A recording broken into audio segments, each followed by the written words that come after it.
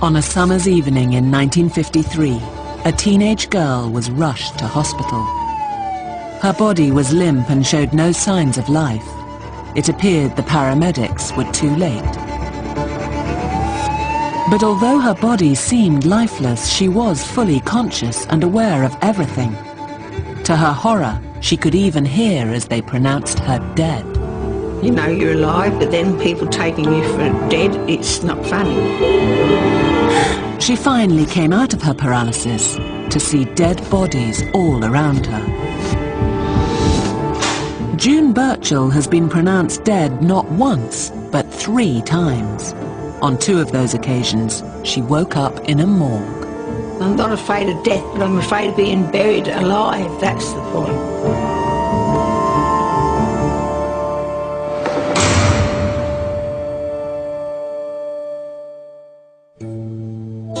June grew up in the south of England just after the war.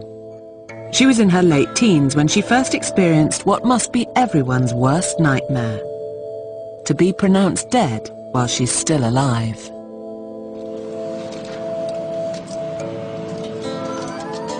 It all began with an innocent night of entertainment at the cinema. This particular night I went to see a Bud Abbott and Lou Costello film, which at the time I thought was good, you know, they were good. Halfway through the film, June had a strange attack. I was laughing, and I was laughing a little too much. June slid completely paralysed to the cinema floor. She was unable to move, but could hear and feel everything. I could still hear the film. That was all right, that there wasn't anything I could do but just lay there. She was rushed to hospital, and then she heard the words that sent a chill down her spine. And they just left me with the sister, and it was her that examined me, and then she went away. Then she came back and she kept feeling my face. I thought, oh, feeling my face for to see if I'm still cold. And that's when she come back and she told the girls to prepare me for the morgue.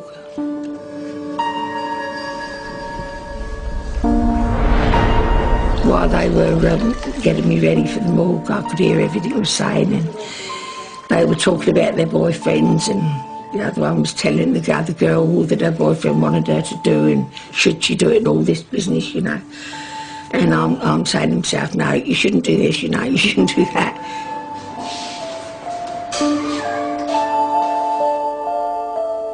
They took me down to the morgue and put me on the slab, left me.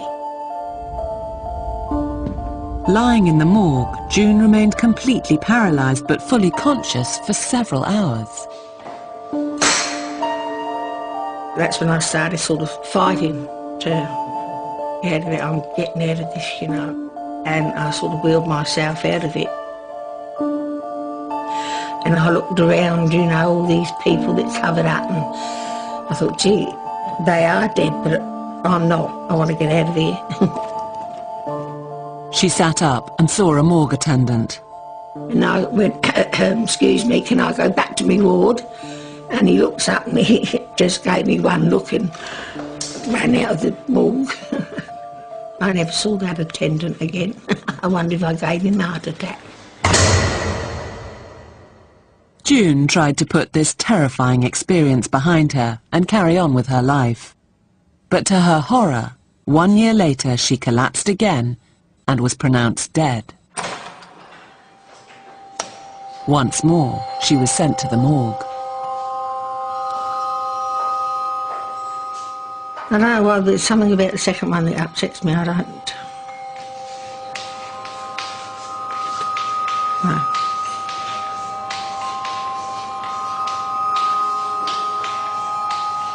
And not only that, I mean, when you're putting them all dark, and I am scared of the dark, always have been.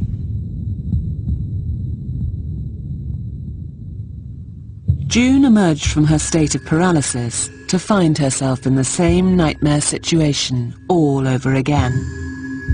She was locked inside the morgue for so long, she lost all sense of time.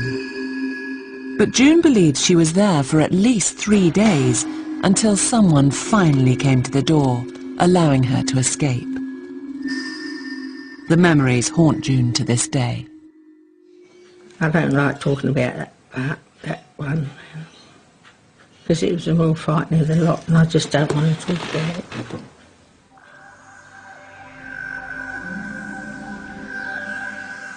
Shortly after these attacks, June married and had 3 children. The family later moved to Melbourne, Australia, where she still lives today.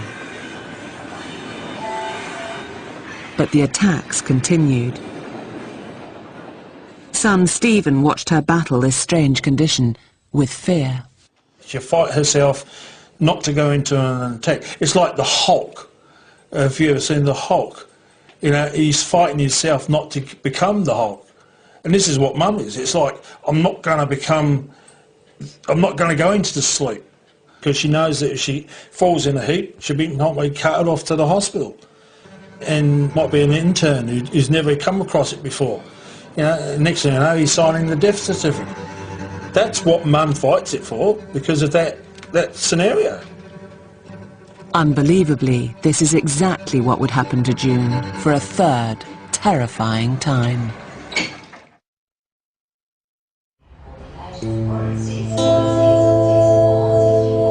Five and 9:59, 3 and 9:39, 4 and 7:47. June Birchall has been pronounced dead 3 times in her life.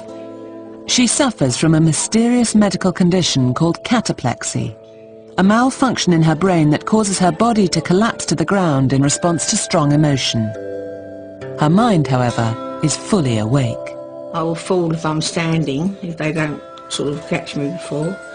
And in that position I will stay until somebody moves me. June can remain in this state for minutes, hours, or possibly days.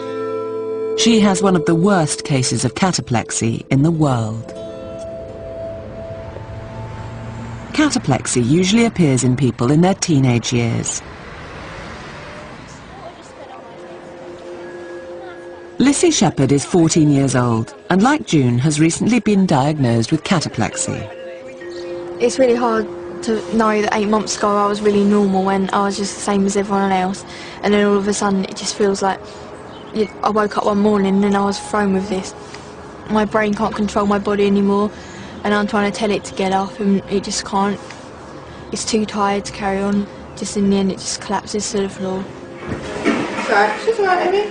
No, she's all right, she's all right, she's fine. And during it I just can't move, but I can hear everything that everyone's saying, but I can't move. Lissy has up to 8 attacks a day, even more when she's tired, and they can last from seconds to hours. It starts, you can tell by her eyes. Are you fighting off something now? Not really. I think you are. Her eyes will become probably a lot more sort of fixed, and they'll then become almost sort of glazed over, and she'll go very, very quiet. She'll still be sort of perhaps sitting up or standing, and you can talk to her, but there's really no response, and then sort of shortly after that is when she'll sort of drop to the floor. But it's the eyes really sort of tells us when. A few minutes later, Lissy has a cataplexy attack.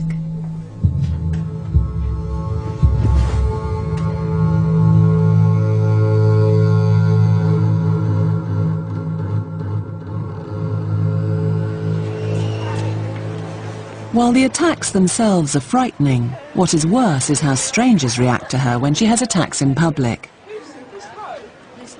Some people even think she's dead. Oh, she gone. Sometimes I just see lights, and it's normally basically just like black. It's just falling into a dream. I can hear people's voices around, like, oh, what's going on? What's wrong with her? This man had just come out of the pub and he had like a cigarette, and like he smelled disgusting, and he was like getting close to my face, and like all the cigarette like ash was like falling on my face, and it was horrible. And then like he was like hitting me in the face, like, wake up, little girl, and I was just like, oh. This one woman put her fingers in my mouth and was like, I'm going to make sure she hasn't swallowed her tongue, she's narcolepsy. which wasn't very nice. But most of the time my friends would deal with me like, yeah, she's fine, no, she doesn't need that, she'll come round in a minute. Some people think she's dead. She doesn't move. She looks dead. Sort of pale. People don't see it at all, do they? So yeah, people don't see it. And they don't know what it is, so they first assume that she's dead. Lizzie's mother, Roxanne, is desperate for more information about her daughter's condition. Anything like I know about cataplexy is really what I've read on the internet, and there seems to be sort of a mix in terms of, you know, I think at one point it was thought to be hereditary. I don't think it is thought that now. So there's all those sorts of things, you know, why all of a sudden that you were 13, weren't you? At 13, perfectly normal, healthy, you know, why then? What's caused it, you know, what is the sort of malfunction, if you like, in the brain? Over 2 million people worldwide suffer from this mysterious condition that makes them suddenly become paralysed and collapse, while their mind remains fully alert.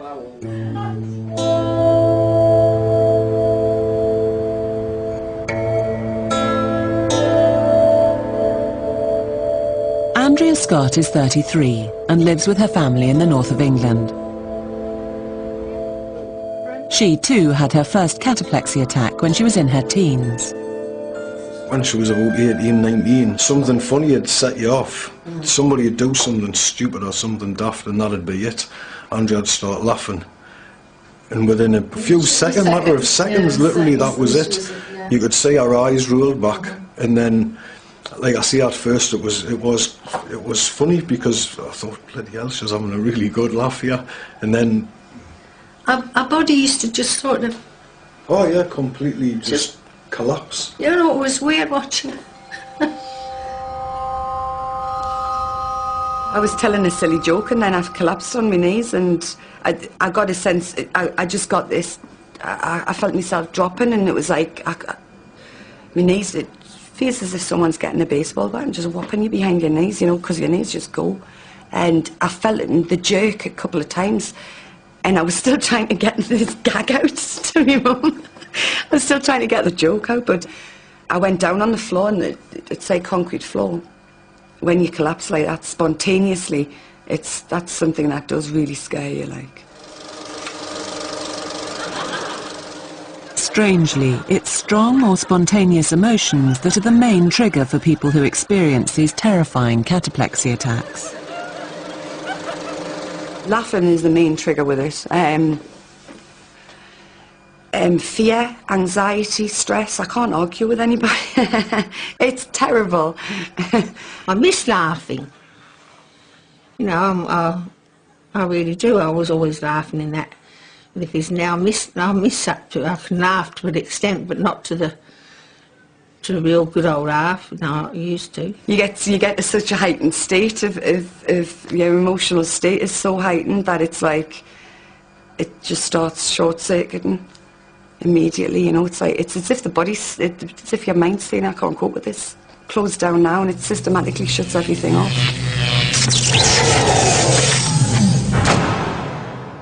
It's a bit weird that I can't just sit down and like cry like a lot, not that I would, without collapsing, or someone can't jump up behind me without making me collapse, or I couldn't like have an argument with someone without collapsing. It's just, I think that's weird. If you explain that to someone, they think, oh, that's really strange.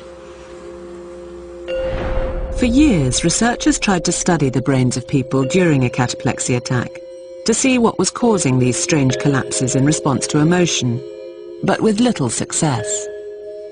One of these researchers was Jerry Siegel, a world expert in narcolepsy and cataplexy. We were trying to do MRI scans during cataplexy and see what areas of the brain were activated and perhaps compare them across individuals. What turned out to be the problem, though, is that cataplexy is already an unusual event. You put people in an MRI scanner where they're you know, in almost a barrel, and a very noisy one at that, where the magnets are going, making a lot of noise. And then you try and make them laugh to the extent that they had cataplexy. And we had comedy albums that we were playing in their earphones, and you know, someone would be in there for an hour or two, they'd never laugh, and they said, yeah, that was funny, but you know, not that funny. While the study of cataplexy in humans remained elusive, scientists were undeterred and continued their research, sure that they would one day unravel its secrets. In the meantime, people with cataplexy have had to find ways of coping with it.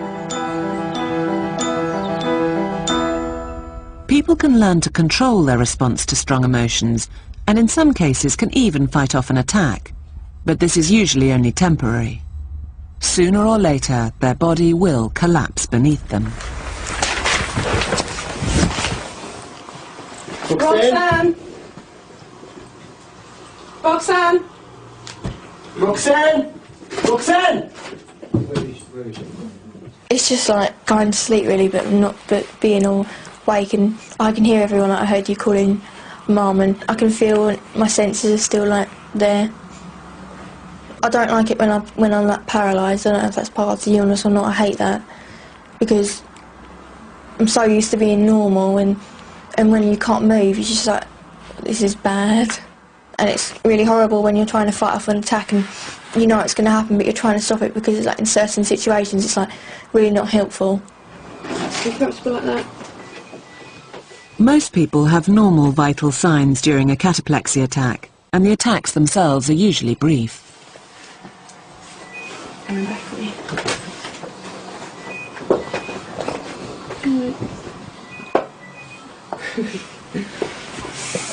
Bang your head. No, I don't. But for June, this is not always the case. When she has a severe and prolonged cataplexy attack, her blood pressure is abnormally low and she has shallow breathing, making it hard to determine if she's alive or dead. This is what June believes happened when she had her third major cataplexy attack in 1972. This time, the trigger was fear. I walked past the paddock and I looked in front and there was a snake crawling out of the fence, from the fence, and it crawled across the pathway, and I watched it go down the curb and under one of them drain things. But just seeing the snake, that was it. I just froze on the spot. Her son Stephen was 16 at the time. Mum had one of her attacks and she's gone into what we call a deep sleep, which is more like into a coma almost. The ambulance driver said, no, sorry lad, he said, there's nothing we can do. He said, she's passed away and that's it. He said, we have to take her. So he said, no you don't. He said, you've got to leave her here. He said, we can't leave her here, son, she's dead.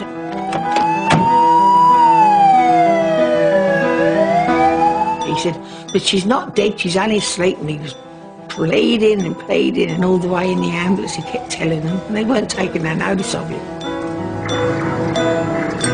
And I'm holding her hand and I'm just saying, Mum, come on, let's get there quick, you know, you'll be all right, Mum, you'll be all right, we're almost there. Spiritual. Shine a light in your eyes, spiritual.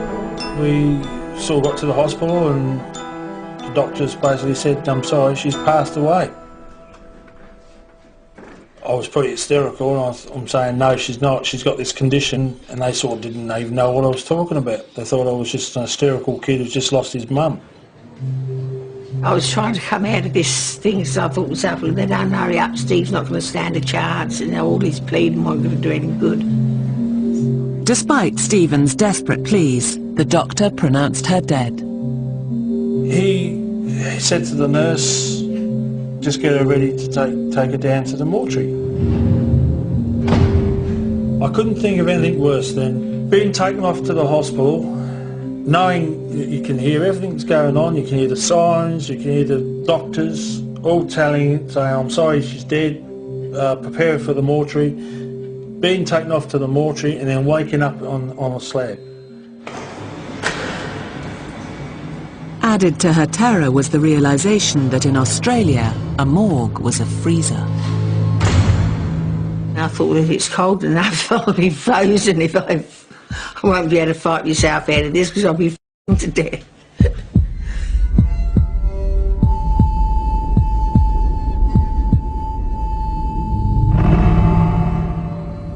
So I finally came out of it and I opened my eyes and Steve said to the doctor, he said, "See, I told you, she's all right."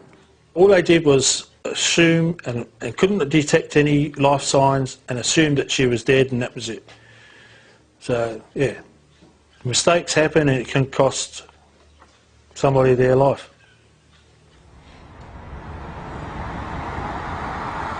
June is now on medication for her cataplexy, but still has mild attacks to this day. She's arranged a visit to her consultant, Dr. Freilich, following a series of collapses only last week. Hello, come in, Birchall, come through. Mrs. Birchall's been my patient for 9 years. I wouldn't see one new patient with this condition a year, and I would imagine, several thousand new patients. Hello. So it's a rare condition, and she has a rarely severe manifestation of a rare condition. So it's, yeah, very rare. She's the only patient I've ever come across who's had the severity of cataplexy. How have you been? Okay, except on Wednesday I had a nasty attack at the hospital. You were at the hospital at the time? I was working at the time, yeah. She had been mistaken for being dead on, I think, 3 occasions, and that's most unusual. But the attacks are now controlled, and she has episodes, but they're infrequent, they're fairly brief, and she comes out of them quite quickly.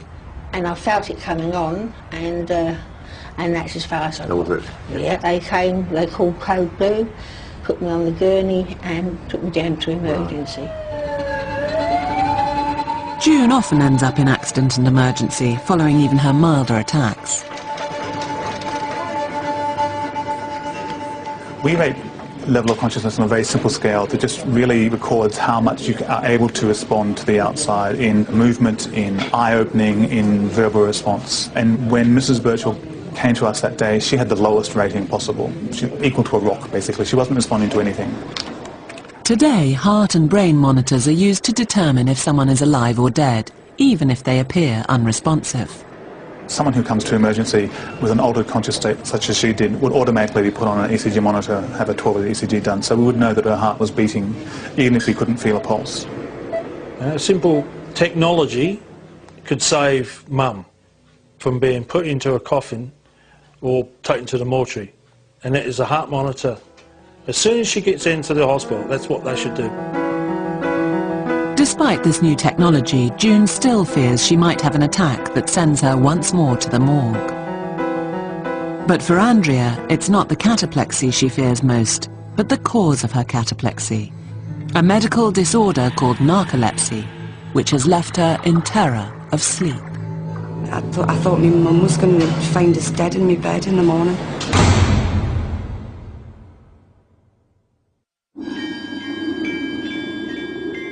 Andrea Scott has narcolepsy, a medical disorder that causes a blurring of the lines between being awake and asleep. The strange collapses of cataplexy that she experiences are just one of its symptoms. But for Andrea, some of its other symptoms are far worse. Like the terrifying hallucinations that visit her in the night, leaving her in fear of her life. The first time it happened, I was aware of the fact that I'd woken up and I felt fully alert, as if I was, as if there was something, some kind of danger. My skin was covered in goosebumps. And sometimes I've actually had like hallucinations where it's actually been, something has actually come into the room and physically sat on my chest, like little goblin things, horrible little things.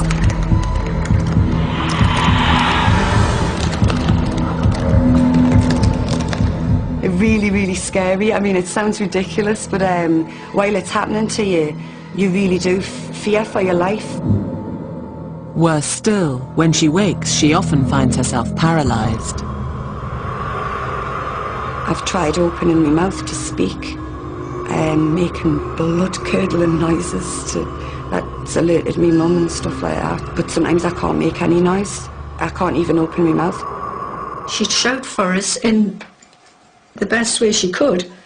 And he used to go in and she'd say, somebody's been pressing on my chest. I could feel somebody pressing on my chest, and I cannot get them off, and I cannot move. I thought I was cursed. At first, I thought to myself that this is my life's going to turn into one of those stories like the Amityville Horror or the Entity or something like that. I just didn't know what to think about that. I just didn't know what, but it was obviously happening to her, because you could tell by the genuine fear and terror in her voice and in her face and the shaking and everything. Like many children, Andrea had trouble with her sleep when she was a little girl. When I was small, I used to have nightmares. I used to be woken up in the middle of the night and something would frighten us awake, and very strange things which I'm sure would sound as if I'm insane. But when she grew older, she began to find she couldn't stay awake, which is a classic symptom of narcolepsy. It was when I started falling asleep while I was doing things, and I was just over 18 when that started. And I would start falling asleep while I was walking, and that was when I really started getting concerned about it, because I couldn't actually stop myself. I'm sure I must have looked like a drunk. It took 5 years for doctors to recognise what was wrong with her. She's now under the care of a sleep specialist, Dr. Paul Redding. Well, Andrea has the full syndrome of narcolepsy. She has uncontrolled sleepiness during the day, she has cataplexy, and her nocturnal sleep is also very disrupted, often with bizarre hallucinatory experiences. These symptoms are caused by the intrusion of rapid eye movement, or REM sleep, into wakefulness. REM is the stage of sleep where our brains are extremely active. We have vivid and often violent dreams, and our bodies are paralysed to stop us acting out these dreams. In narcoleptics, this paralysis can happen while they're awake, causing cataplexy. And terrifying dreams can occur while they're partially awake, which can seem very real.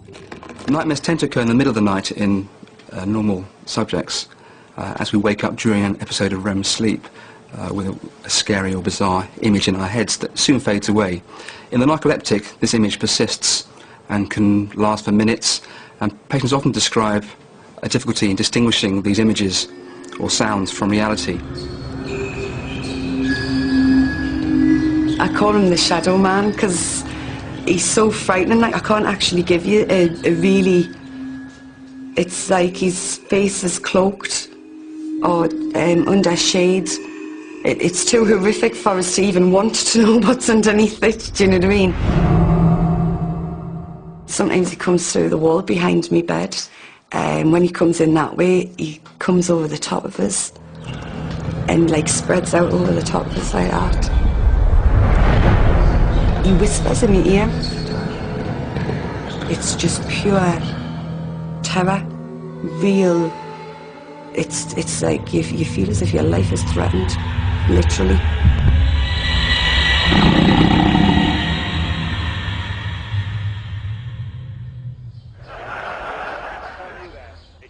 Like most people with narcolepsy, Andrea is constantly exhausted and slips in and out of sleep day and night. I can sleep while I'm standing up. I just sleep anywhere. I can fall asleep while I'm eating and stuff like that. It was very difficult getting through college and stuff because I fell asleep quite frequently then. I'd fallen asleep one day during a lecture and I was still writing. But I'd fallen, and my friends hadn't realised that I'd fallen asleep in the auditorium because my eyes were still open. So I was still writing. Part of it was still listening to my lecturer. But I was alerted to the fact that I was asleep by an elephant walking down the aisle of the auditorium. And I thought, no, they don't allow elephants in the university campus, you know. So I kind of realised that I was asleep, and then I woke up. Looked as if a spider had crawled across the page of my work, you know, because I'd carried on writing, you see.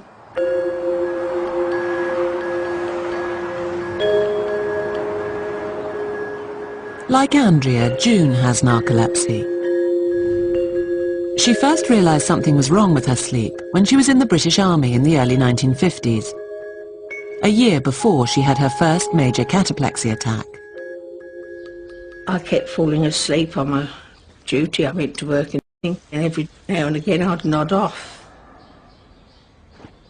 After 9 months in an army hospital, June was finally diagnosed with narcolepsy. She was told to avoid strong emotion in case this triggered a cataplexy attack, and was prescribed stimulants to help keep her awake. I couldn't be relied on, so I got medically discharged. Wasn't a very easy time after that, you know. To this day, patients are prescribed a cocktail of drugs to control the very worst symptoms.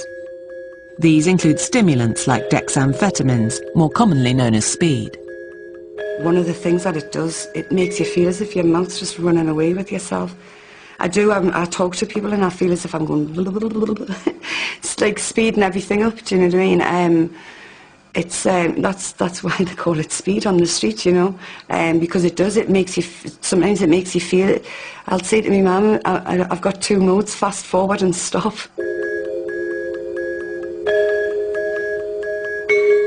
She started on all this medication, on these amphetamines, and when I read the side effects, what could happen, I think that's the thing that frightened me more than anything else. It's the second of, you know, that's what upset me. It's the side effects of this medication that she's got to have for the rest of her life. People have said to us, I wish I'd have some of them speed tablets that you take, you know, for that. I wish I had a bit of that narcolepsy, like, you know, and I think to myself, you know, if I was sitting in a wheelchair, would you be saying to us, like, I wouldn't mind lending your wheels for a week, you know what I mean? Give me legs a rest.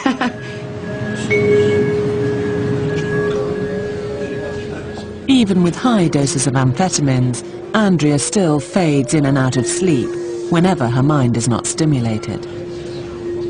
I don't live in the same time zone as everybody else. That's what I feel like. It knocks you out of sync in the respect that your reality becomes completely different to other people's reality. The combination of the symptoms and the side effects of the drugs has made it all but impossible for Andrea to live a normal life. It's a very, very hard thing to actually admit. It's like nearly admitting defeat. You know, I had to drop out of university, which was devastating to us, especially considering that I'm like the first person in my family, in the immediate family, who'd actually gotten to university. And it's really hard sort of saying, yeah, I can't cope with this, because like it's like the mind's willing but the body's not, you know what I mean? It's very hard having to accept that in yourself as well.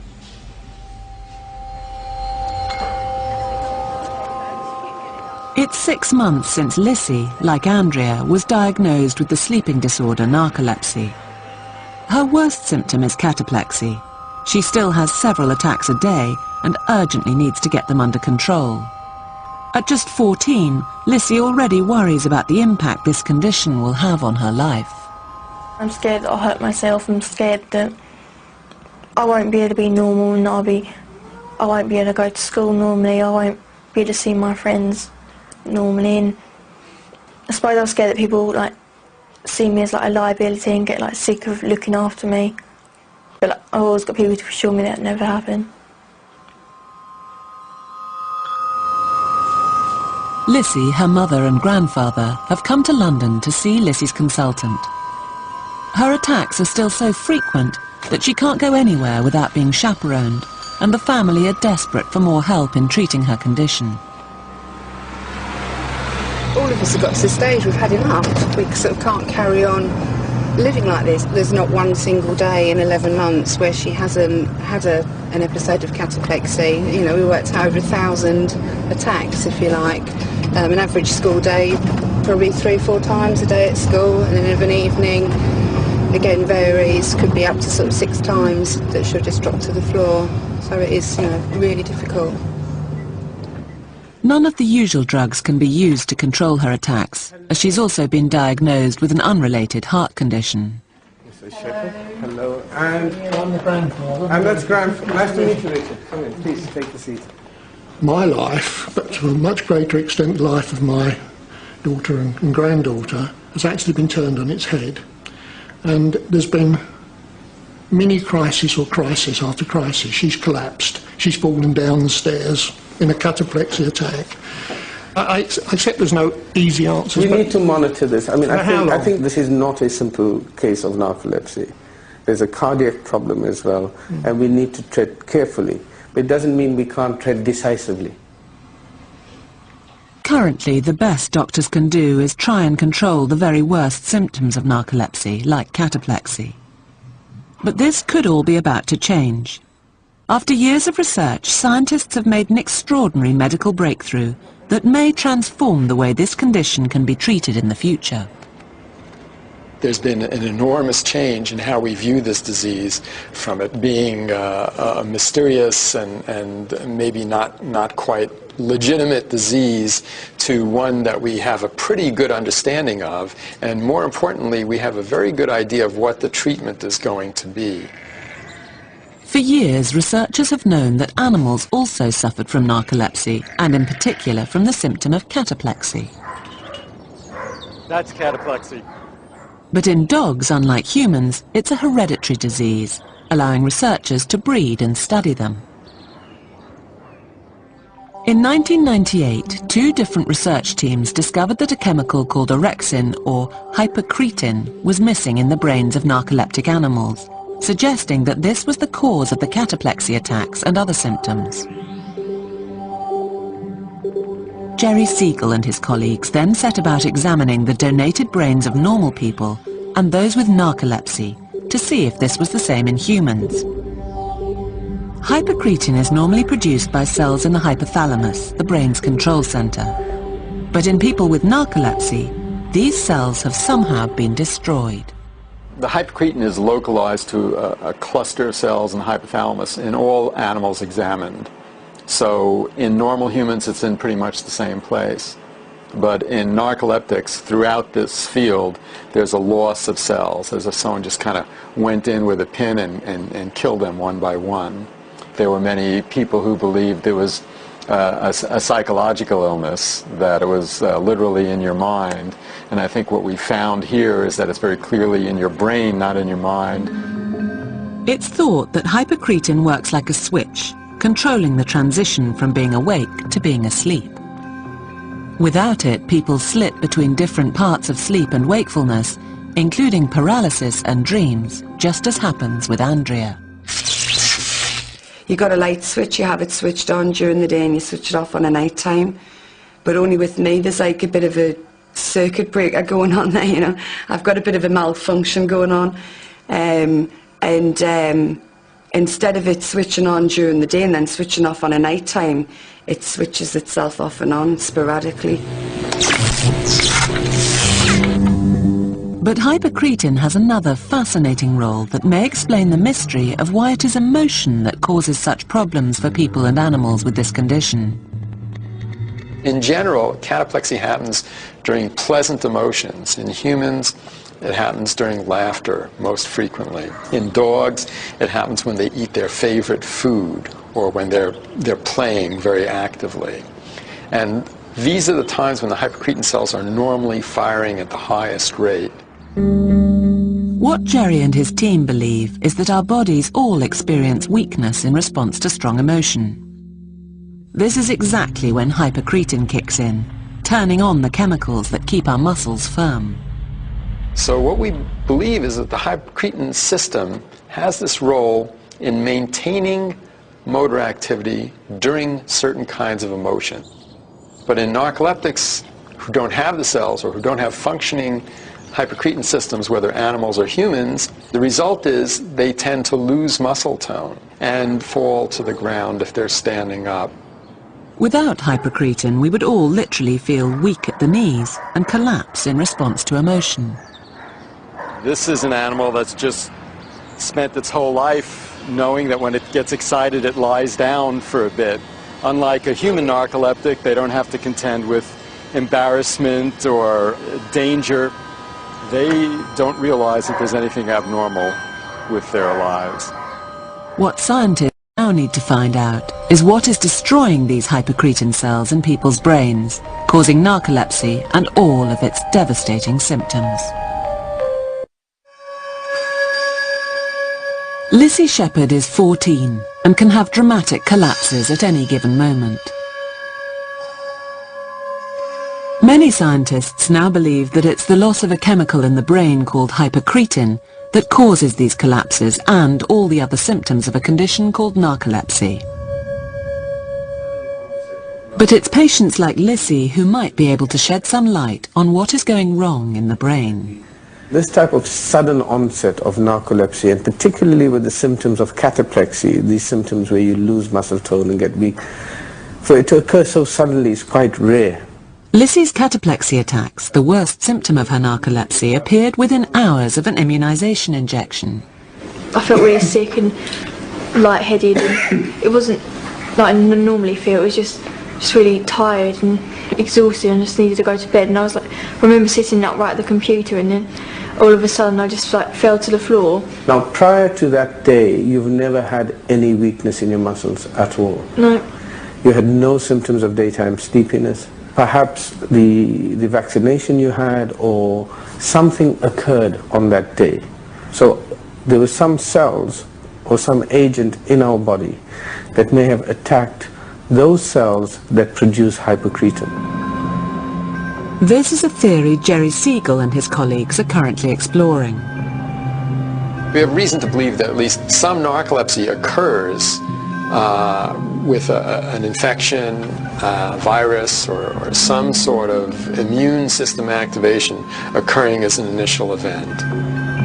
They found that in a number of brains donated by narcoleptics, there was clear evidence of infection and an autoimmune response in the hypothalamus, where hypocretin is normally produced. I think most people in the field now believe, and I certainly believe, that narcolepsy is an autoimmune disease that somehow causes the death of hypocretin cells, and that the loss of hypocretin cells then cause all the symptoms of narcolepsy. If this is the case, the body's immune system is literally devouring its own brain cells. Nothing's going for you. Based on this theory, pioneering doctors like John Schneerson are experimenting with a new treatment which provides patients with donor immune agents or antibodies. His patient, Rebecca Farrant, is one of only a handful of people in the world to have this immune treatment. Every 6 weeks she's given a 3-day course of antibodies intravenously, which help to protect her hypocretin cells. I feel so different in myself. Yeah, that's great. Because I was really depressed and everything before. I feel not be able to do nothing. This is her 3rd course of treatment, and for Rebecca, it does seem to be working. Hopefully I can go to college or something, and I feel like I can do that now. Before I couldn't do it, but I feel like I've got something to look forward to now. Scientists hope this cutting-edge treatment might one day be used in new patients to stop their body's immune system from destroying its own healthy hypocretin cells. This is the first real hope for a cure for this devastating condition. For patients whose hypocretin cells have already been destroyed, there is also hope. Scientists are working on developing a drug to replace the lost chemical hypocretin in the same way that insulin is replaced in diabetics.